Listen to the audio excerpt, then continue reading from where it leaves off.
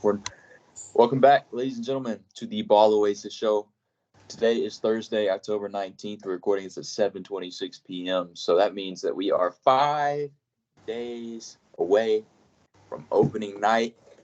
This is the second to last episode, preseason episode before we get into the season storylines and all that good stuff. So today we're hitting y'all with the award predictions. Award predictions are today. Jacob, I'm gonna pull up my award predictions from last year real quick. I forgot to mention that in our our little prefix session there. Do you have your awards from last year? I'm trying to find it. Let's look and see if we hit or missed. I'm sure we missed a lot, as we usually do. Obviously, if you've been watching this channel for its entire existence at this point, I've been like a Luka Doncic MVP guy, and that hasn't happened yet. If you've watched our Western Conference standings, you'll know how high I am on the Dallas Mavericks this year. So, spoiler alert, he's in the top 3. I won't say where he's positioned for me yet. We'll get to that when we get there. But let's see. I had Kristaps winning MIP last year, which wasn't a terrible pick, but of course he didn't win it. I hit 2 of them. I had Joel for MVP. You did hit that. And then I think we both had Paolo for rookie. Yeah, that was pretty cut and dry. That was pretty easy. Who won? Oh, Mike Brown won Coach of the Year. Yeah, we wouldn't have got that. No, yeah, I didn't get that. Who? I didn't have Malcolm Brogdon in my 3. I had Jordan Poole winning last year. I had Brogdon. He was in my 3. My 1 was Hero, though, I think. Tyler Hero. Who's your DPOY last year? I had Bam. Jaren wasn't in my top 3. I had Bam. Yeah. So this will go a lot like standings, I assume. Some of these, especially the awards at the top, might seem pretty cut and dry. As we've seen over the past 3-4 years, the same guys tend to be at the top with, team success for the MVP award is going to play a big factor. So as long as those teams stay at the top and those, big name players like Jokic and Giannis and Joel and Luka and Tatum, those will be like the 5 you choose from. Now, I know that we've said on this channel that we have like some dark horse type picks. Jacob, you said that with a guy like Anthony Edwards. I said it last year with a guy like Zion. Is that something you're considering going into this still? If you want to, I can come up with one quick. No, if it's not already there, I don't want you to change it. No, I don't have any, but I can. But it's up to you. No, I didn't want you to change it. I just asked if you had it like pre-existing or put into it. Yeah, it's pretty hard to do that with, the guys at the top. It's pretty hard to do that. But I guess what we'll do is we'll start from kind of the lower tier awards and kind of work our way up. So, Jacob, how about we start with the newest award, Clutch Player of the Year? Jacob, who? Oh, yeah, and just to preface also, if you don't know how this goes, we give our award winner. We also have the 2 runner-ups for each award as well. So we'll have 3 candidates for each award. So, Jacob, start us out with not comeback player of the year. I think this is like football or something. Clutch Player of the Year. My clutch player of the year, I have Shai Gilgeous-Alexander. And then my other 2, I have Anthony Edwards and Stephen Curry. I have a complete different 3. I figured this is the one I figured we would have completely different because you never know. Yeah, De'Aaron Fox won it last year, and yeah. I guess I don't think anybody expected that to happen going into the year. Going into this year, though, I've got Devin Booker as my clutch player of the year. So he's going to be the go-to guy in Phoenix? I think down the stretch, I think he will be. I think he will be the go-to guy down the stretch of games. So I've got Devin Booker, and as my runner-ups, I've got Luka Doncic here. As y'all know how high I am in the Mavericks. And I've got Donovan Mitchell. Donovan Mitchell had some pretty good clutch time stats last year, so I thought why as well give Donovan Mitchell some love here as well. So that's my 3 for this award. Pretty cut and dry. Yeah. No need to really explain those. On to, you want to go to Coach of the Year? Go ahead and get that one out of the way. Yeah, I think it's basically like the team success award. Yeah, I think our 3 would be totally different. I think so too. Last year, Jacob had an all-time moment on this channel with the Chris Finch pick, which was pretty remarkably bad. I bought into the Timberwolves, but yeah, I'm buying it again. But I'm not having that take, but I'm buying it again. That was a big miss. Do you have anything like that this year? Give me your 3. No, but I have a coach whose team might have like the biggest variance in the league or in the conference, as in they could be top 4, 5-ish, but you could also see them in the play-in, like 10, 9 or 10. Okay. So let me go first. Yeah, go first. My winner I have, well, there's two of them, I guess now. Not winners, but two of the same type. But I have Mark Dagnall. Okay. Mark. High on the Thunder. I had them 6 seed, pretty high. And then my runner-ups are Quinn Snyder and Joe Mazzulla. I only have one of those three. Yeah, I figured I know which one. Yeah. Yeah. Joe Mazzulla was a runner-up for me as well. Obviously, I have Boston as the number 1 seed in the Eastern Conference, so that's pretty cut and dry. With Yep. me being as high as I am on the Mavericks, I have them as my 3 seed. I've got to give Jason Kidd a spot here. You know how different we are? Why is I that? think he can get fired this year. Really? I think if they start out bad it had to be early, but I think he can get fired. I I'm, think it's I'm I think obviously it's possible if we see them down there at like 10, 11 again. Yeah, see, I mean, you're a lot higher than I am. I had them around 9 or 10, but yeah, if they start off bad, I can see him being the scapegoat. I mean I can see it. Obviously the Mavericks in the preseason. I don't want to base everything off preseason going into the year, but they have not looked great. The Yeah, Mavericks have not looked great going into the season, so I've kind of had to question whether I should walk back my take of having them at number 3. But I'm gonna stand on it. I'm gonna stand on it, and I'm gonna have Jason Kidd here. My coach of the year, though, if y'all watch the standings video as well, y'all know I have the Grizzlies at number 1. So I'm gonna go with Taylor Jenkins. I think this is finally the year that Taylor Jenkins wins Coach of the Year for the Memphis Grizzlies, overcoming the Ja Morant suspension, along with kind of going through some wing depth concerns. I think that they'll kind of figure it out. There's a rumor that Zaire Williams might be their 5th starter this year. He's had a pretty solid preseason. Him or Santi Aldama will likely fill that 5th spot. So I think it'll be Santi until Ja gets there. Yeah, yeah, we'll have to see. But I think Taylor Jenkins will be the leader the Grizzlies team needs, and I think this is finally the year. He's been a finalist before. I think this is the year that he breaks through and wins the award. yeah. And like I said, with Quinn Snyder, the Hawks, they could be top 4, 5. I think you had him at what, 5? Yeah, that's interesting. I had them higher than you, It's like, and you because have them higher here. I'm lower on them, but if you tell me they're a top 4 at the end of the year, maybe even top 3, preferably 4, or they're in the play-in like 9, 10, I wouldn't be surprised either way. Yeah.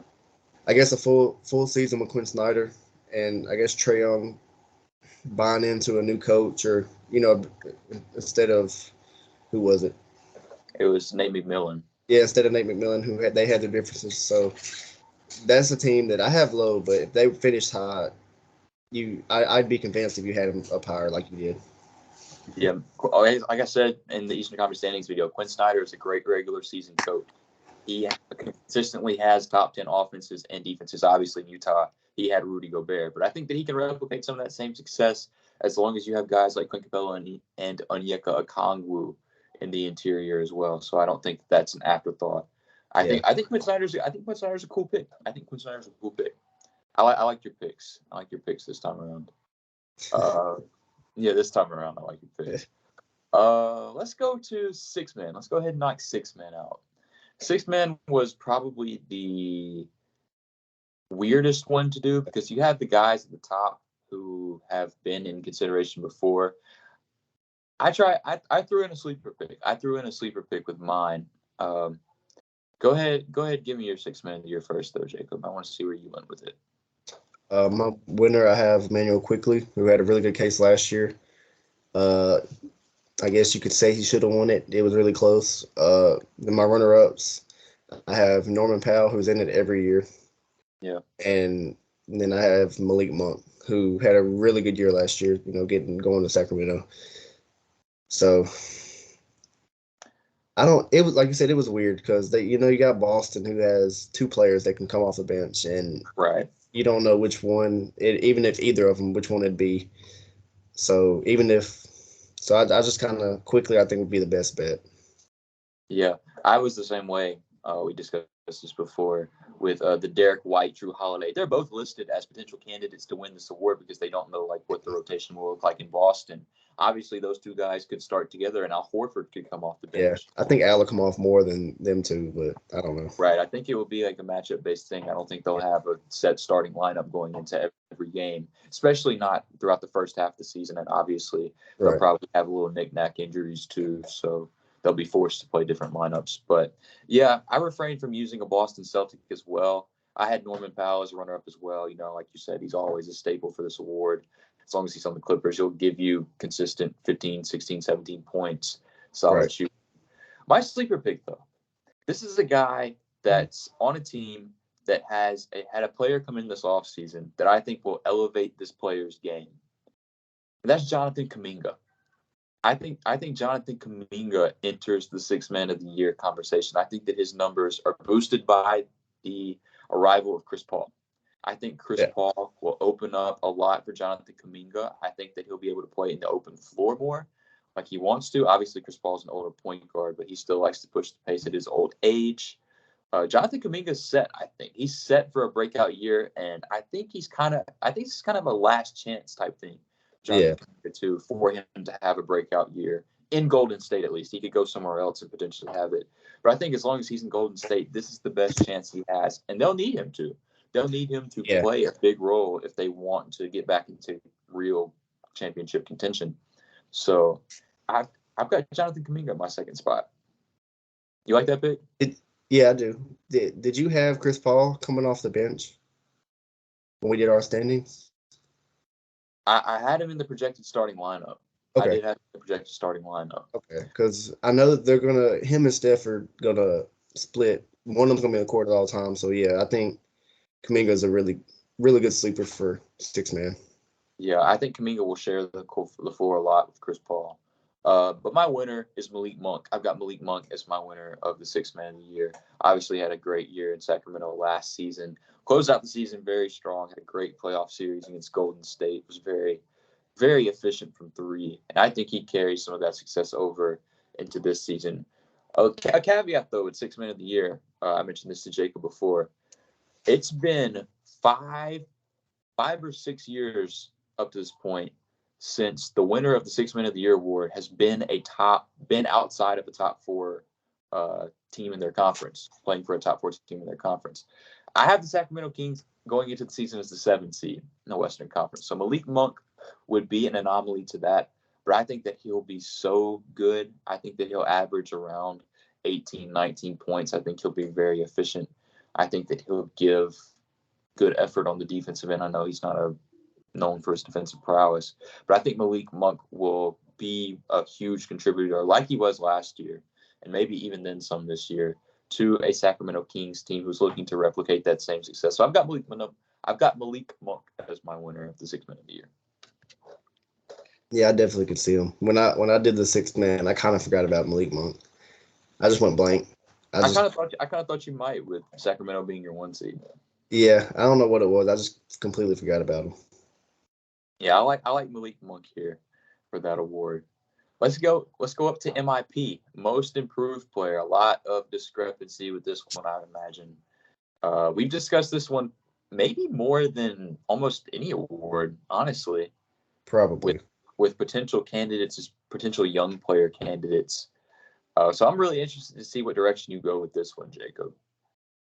Let me know. My winner, I have Mikal Bridges as my winner, and he broke out last year. But I want to say if he can do that for a full year, then he can get the award. Especially in the East, if he could. Do you think he can make All-Star? Yeah, for sure. I think he will. So if he can, make that get an All-Star spot, I think he'll definitely be in contention for the award. Maybe the favorite. I think he is the favorite right now. Then my runner-ups, I have Tyrese Maxey and then I have Jonathan Kuminga. Really? So yeah. Kuminga love on the channel. So like you said with Kuminga, Chris Paul can unlock him. The floor general, he can have him in the right spots. I guess that's the Warriors finally got somebody that I guess, could run the whole offense like off the bench. I mean, we saw Jordan Poole do it in spurts, but he's more, of a flamethrower. So Yeah. yeah, Jordan Poole is not running an offense. yeah, he's more of a In flamethrower. terms of playmaking, Jordan Poole is not running an offense. So like you said, really think Kuminga. I really think this. I guess last chance. I don't know what his contract is. I think he's got to be still in his rookie deal. I don't think he's signed anything yet. I don't think so. Like you said, last chance. I don't know if that'd be either, him going to free agency and them not want to sign him back or extension talks or whatever. But yeah, I think it's the last chance, I think. And then Maxey, with all the Harden stuff, and we've talked that he can make the All-Star league. He can be an All-Star. And if Harden, who hasn't been practicing and all that stuff, if he gets that full-time, I guess, guard role or on-ball role responsibilities, then I think he could definitely have a case for MIP. Yeah, I like that. I considered him for this award. I went with him at sixth man though, because I think that the candidates that I have above him will have a more noticeable jump. Maybe not even a bigger jump, but a more noticeable jump. Yeah. So my two runner ups. Obviously, I have Jordan Poole here. I had to go with Jordan Poole. His numbers will be so inflated in Washington. He had 41 points in 27 minutes the other night, I think. Yeah. He's going to stat pad. He's going to inflate his numbers of Washington. He might be a guy, realistically, he might average up around 28, 29 points. I would not be surprised. I really would. He probably could. He's going to get the shots is the thing. Who else is going to get the shots outside of Kyle Kuzma? It's them too. Did you see the video of? Yeah, and Jordan Poole does not pass. Yeah. He didn't pass. Denny Avdia already knows he doesn't pass. He was right there, had his hands up, put his head down when he shot. Yeah, Jordan Poole is going to have those. He's gonna have those games where he has like 40, 50 piece type games, and he's going to average. He's going to average good stats, but it's going to be efficiency. Is going to be the name of the game for Jordan Poole to see if it actually equates to anything substantial. My second guy, though, this is a guy that we discussed, and I'm really excited to watch this player this year. As I mentioned in the Eastern Conference standings video, I've got Obi Toppin. I thought about it. He was close. Obi Toppin is my guy here at my second MIP runner-up spot. Only averaged 7 points a game last year, so I think that he could be due for a big jump. I think he could jump 10 points per game. I think he could be at his 16, 17 point per game type guy. Obviously, he's playing on a Pacers team now that's a complete contrast from a Knicks team that ran a turtle pace compared to what the Pacers run, and they go a million miles an hour. I think Obi Toppin, like I said in the Eastern Conference standings video, will benefit from that more than anybody. So I think he'll have a lot more opportunity, and it's just up to him. It's up to him what he does with it. He's a solid spot-up three-point shooter. I think having a guy like Tyrese Halliburton alongside him can continue to vault his three-point shooting as well. But he's going to be my second runner-up, and I had to throw a homer pick. I had to throw a homer pick in there. I had to do it. Anthony Simons is going to be my MIP. Anthony Simons is going to be my MIP because I believe Anthony Simons is going to be like Jordan Poole, and he's going to average 27, 28 points per game. I think he will. I'm dead serious when I say it. I know I've said that to you before, Jacob, but Anthony Simons is averaging 27 points a game. Write that on the board. I want you to write that one on the board. Right on the board. 27? 27 plus. 27 plus points per game. Because DeAndre Ayton will get his shots. I don't see Scoot Henderson averaging more than 15 points, honestly. Based off what I saw in preseason, I don't think that he'll have the shot catalog to put up that many points unless he's just getting to the free throw line like crazy. So Anthony Simons is going to have the ball in his hands a lot. And the reason that I gave him the edge over Jordan Poole, because obviously the Blazers will be down there with the Wizards standing-wise, is that Anthony Simons is a better playmaker. He's a better playmaker than Jordan Poole. Yeah. I think Simons will average 4 or 5 assists this year as the off guard for a Blazers team. He's going to average 11, 12 three-point attempts. He's a guy that shot up around 40% from three. He can create his own shot. So it was pretty cut and dry for me for this to be my homer pick. So I hope you don't give me too much flack for that.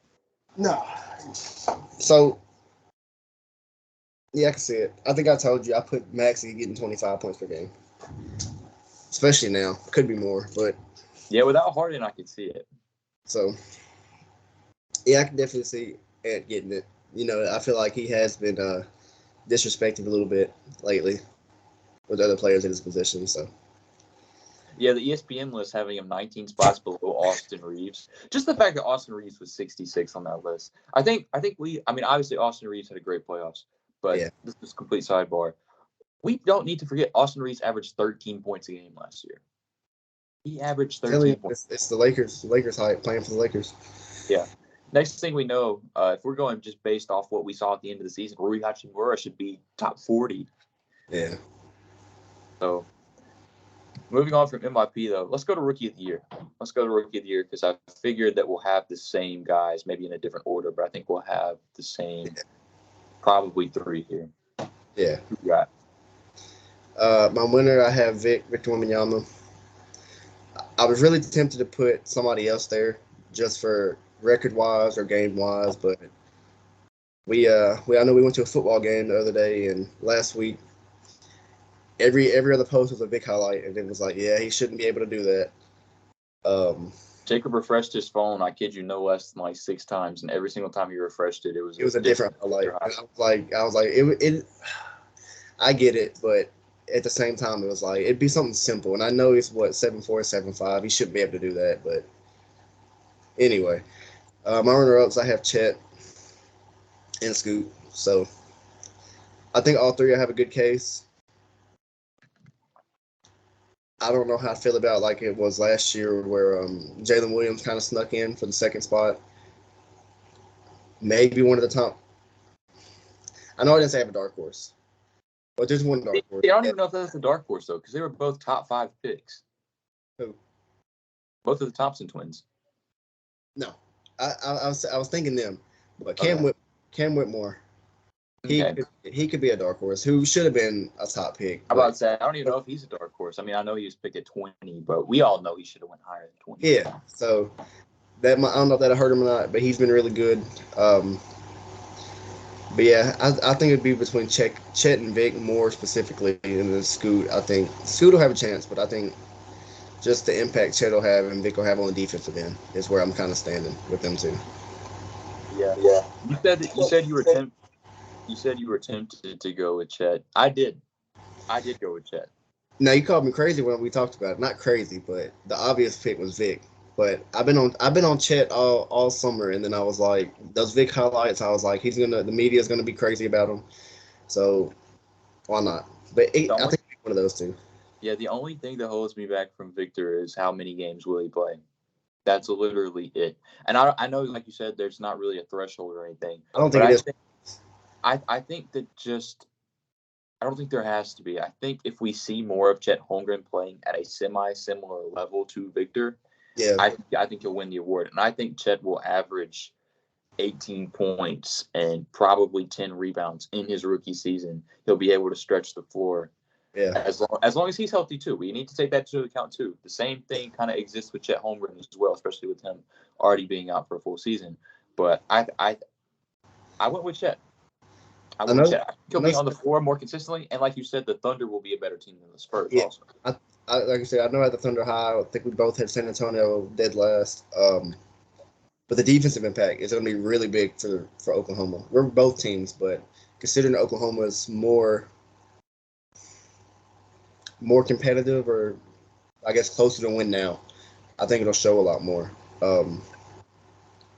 But yeah, like you said, the games played, that's the only thing that would hold me back. And they have Vic at the 4, not the 5. Who's starting at the 5? Hmm? Who's starting at the 5? Zach Collins. They're, as far as I know, they had him with the big, so he wouldn't have to guard, the Joels, the Jokic's, the bigger guys. They had him, Zach Collins. So, which, like I said, it might change. Knowing Pop, it might change, but yeah. I'm cool with that. I'm cool with that. He's a good player. Vic or Chet, either one. I think one of those two have the better chance than anyone. But like we said, it could be somebody come out of nowhere and win it. Yeah, I know I was high on Jalen Hood-Schifino going into the draft, but I don't think he's a guy. Obviously, he plays for the Lakers. When you're talking about sleepers, I guess if I were to give like a sleeper pick, it would be like maybe a Keontae George who had a really good summer league, or Jordan Hawkins potentially stepping in for New Orleans. Those are the two guys that immediately come to mind for me. So yeah, Keontae George would be a good pick. yeah, I think so. He looked really good in preseason too. I saw. DPOY, Defensive Player of the Year. I'll tell you right now, I've got a very surprising winner for this. I don't think you'd be able to guess. I won't. Well, so I'll go first on this. I'll see what you say. Okay, yeah, I'll give you my runner-ups, and then I'll give you 3 attempts to guess who it is. So runner-up, yeah. Okay. Our runner-ups are guys who are, there pretty much all the time. Jaren Jackson won it last year, so I've got Jaren Jackson in the top 3 again.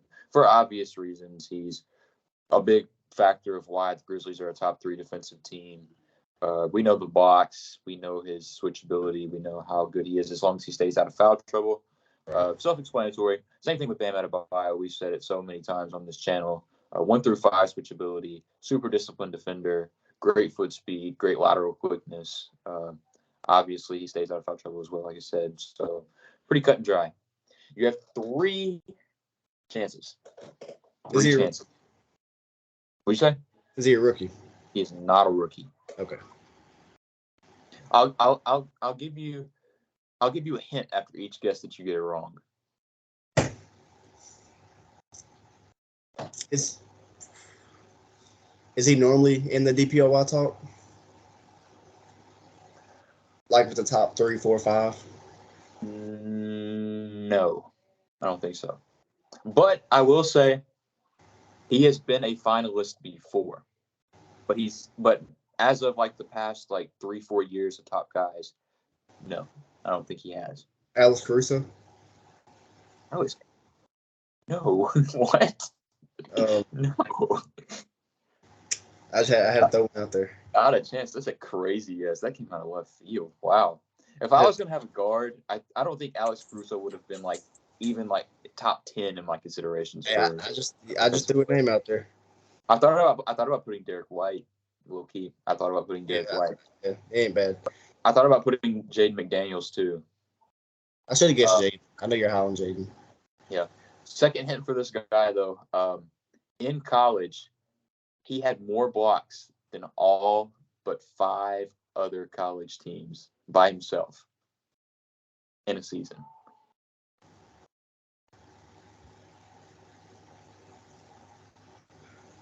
Is he an older guy? Yeah. Yeah, he's a little up there. He's a little up there in age. Don't think too hard. This guy's a great defender. You know he's a great defender. It isn't a crazy outlandish pick. I'm just trying to think because I'm running through guards and I'm running through bigs. I'm just. Well, if he's top 5 in blocks by himself, he's probably not a guard. Said it's not a rookie. Alex Caruso was crazy.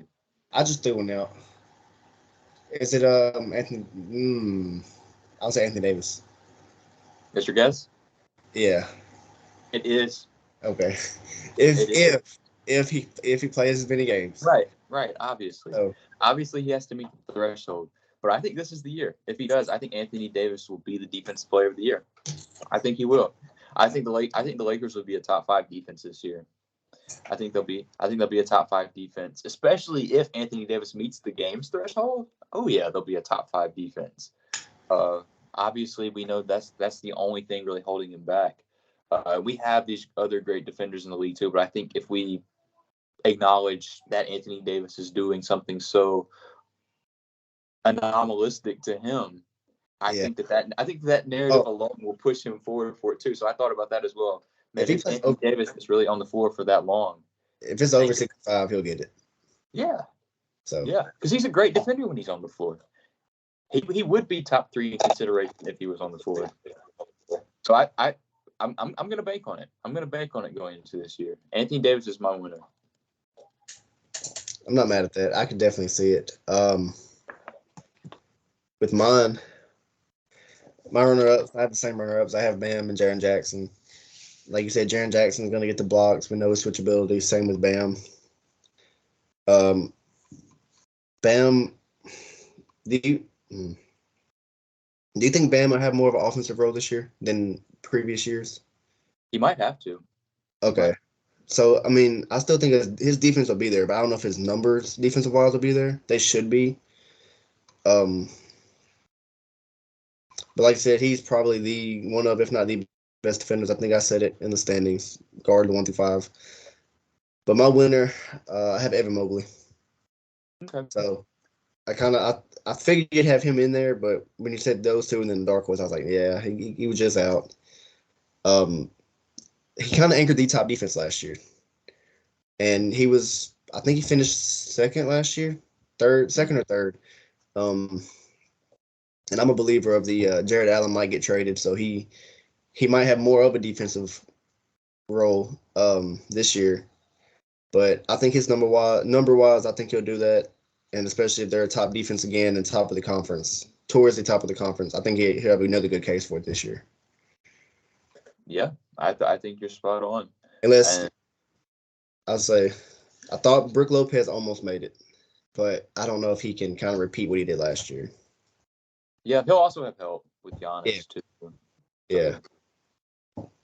I like the Evan Mobley pick. Obviously, if I were to replace my, Anthony Davis pick with anybody, I would put Evan Mobley in the top 3. Cut and dry. He's kind of a trendy pick, but he was second last season. And like you said, Jared Allen could be on the trade block, so that would put more defensive responsibility on Evan Mobley.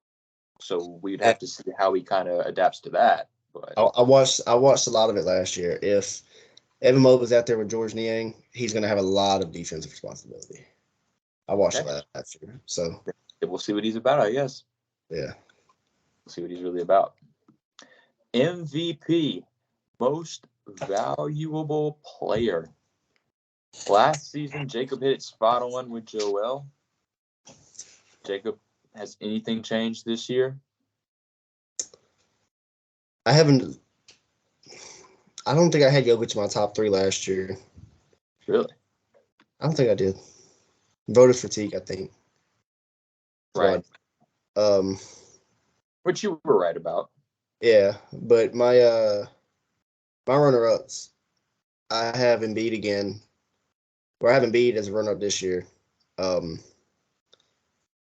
Harden drama or some stuff like that, whatever. I know I mentioned it earlier. But even without Harden, they still can be a 50-win team. And especially, let's say, if Maxey doesn't make an All-Star game and they still are a top 3 seed, maybe, whether it be whatever, it's depending on injuries and stuff, I think he'd get the consideration. I know a lot of people didn't like that he won it last year. But I think they get over 50 wins without Harden. Harden on the team but not playing. I'll put it like that. Okay. Without a return. And they get 50 wins, I think he can really have a good chance. I had Jokic winning it this year. I hate having the same wins every year, but it's not much you can do about it. But my third is different. I have Jason Tatum. Okay. I like that. It was between Tatum and Doncic, Luka. I know you got Luka on yours. But Tatum obviously has a lot of help. But if years repeat and there's an injury to certain players on that team and they're still a top, I think we both had him as the 1 seed. Yep. If they have the 1 seed and by far the best record in the league, I think Tatum will have definitely a really good case for it.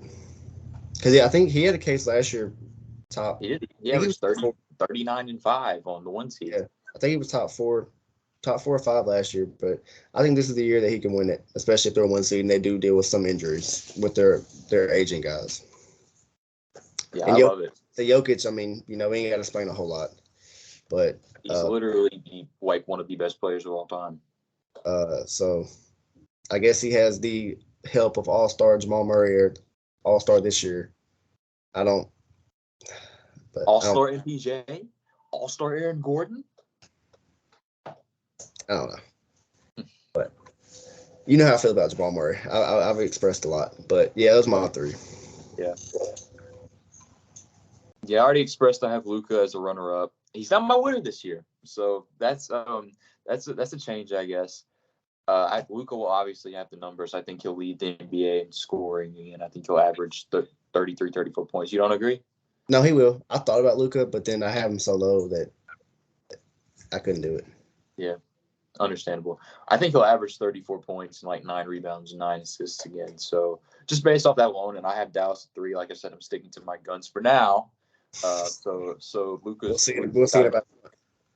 Yeah, my Jason Kidd Coach of the Year pick could look a lot like that Chris Finch pick very soon. So, but I've got Luka here. I've got Giannis here too, as I've expressed to you, Jacob, and also on this channel. I think Giannis has the potential to share a 30-point scoring season with Damian Lillard this year, on top of his defense and his rebounding and his playmaking as well. He's got to be here. I considered him strongly for the winning spot, but I think ultimately it's Jokic. Like you said, it's Jokic. He's going to be generational. He's going to have another great season as long as he's on the floor. Numbers will be there, obviously. Denver's team success will be there, obviously. So, yeah, I didn't really have to think about that one too much. Yeah, I was gonna put Giannis, but I didn't want to have the same top 3 that have been the top 3 the last 3-4 years. But then with Dame there, it kind of took me back a little bit on it. If Dame's healthy all year, it kind of took me back from putting Giannis up there. Which I know I said that about Boston with Tatum, but I think they could have more injuries than Milwaukee, to an extent. Yeah, I don't want to project injuries. Yeah, no, but yeah, I get what you're saying. Yeah, I don't want anybody injured. I want everybody to be. I want a full healthy season from everybody. Right. If we projected that, then Anthony Davis could be an MVP candidate as well. Yeah, I really want to see 2 guys out west healthy. Finally. Yeah, I thought about a sleeper MVP pick. I thought about putting Devin Booker. I thought about putting Devin Booker as a sleeper MVP pick. So you got him as the guy in Phoenix. Right now. I think he'll have the best numbers out of everybody on Phoenix. I think so. I think he will. Okay. He's my clutch player of the year, so I'm rolling with that as well.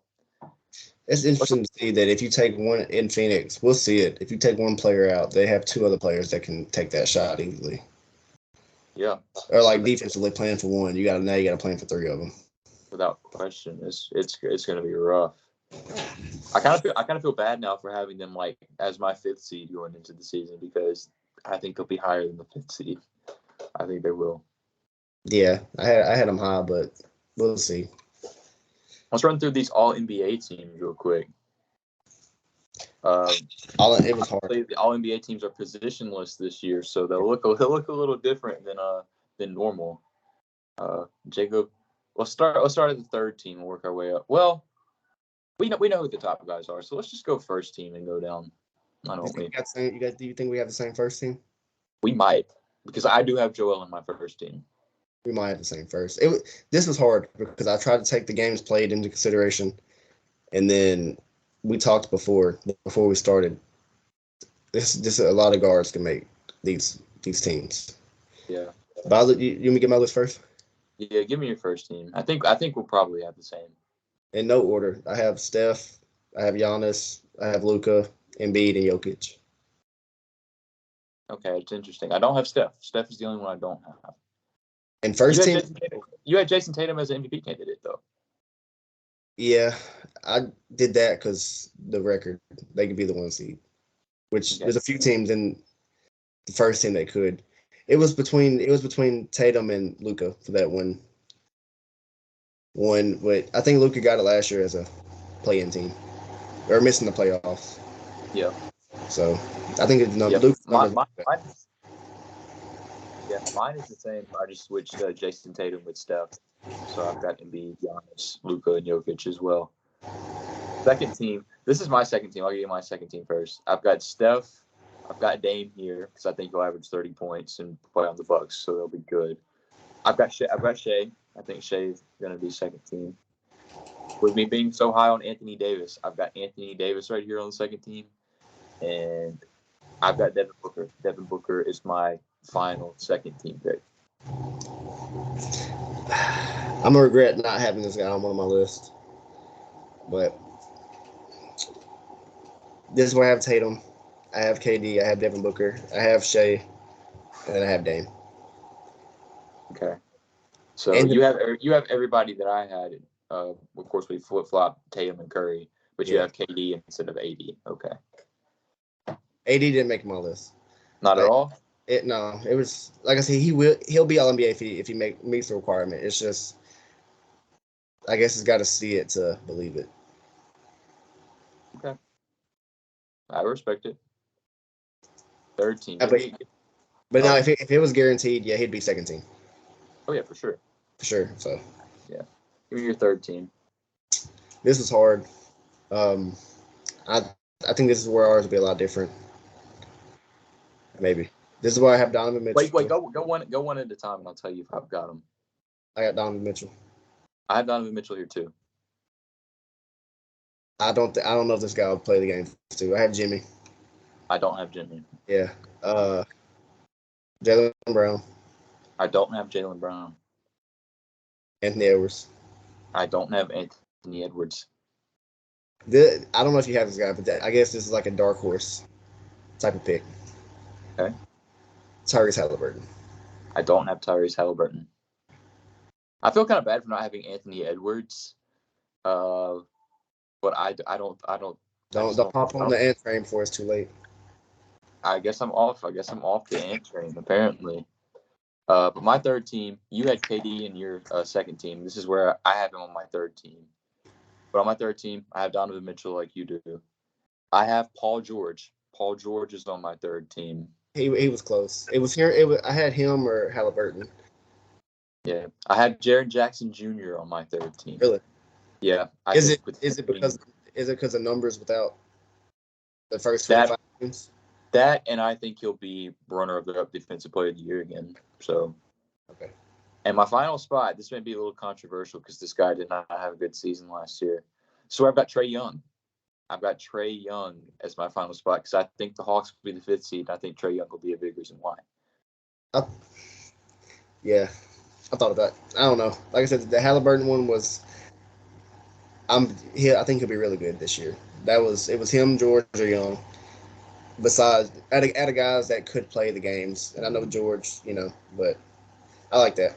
I like that list. I guess my biggest snubs are, and I feel kind of bad about snubbing Anthony Edwards. LeBron didn't make any of my teams. Yeah, LeBron didn't make either of our teams. What? There's a thing, since he's 38, he could play less than 65 by like a certain amount, I think. But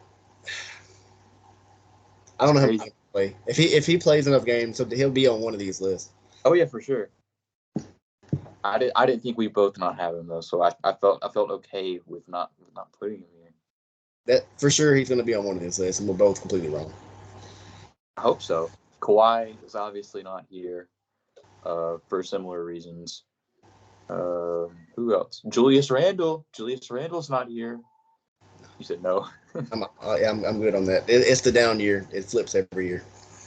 Yeah, that's true. Pascal Siakam. No Pascal Siakam love. No Zion love. Come on now. You're supposed to be the guy who's big on Zion this year. Yeah. Taking your spot, I guess.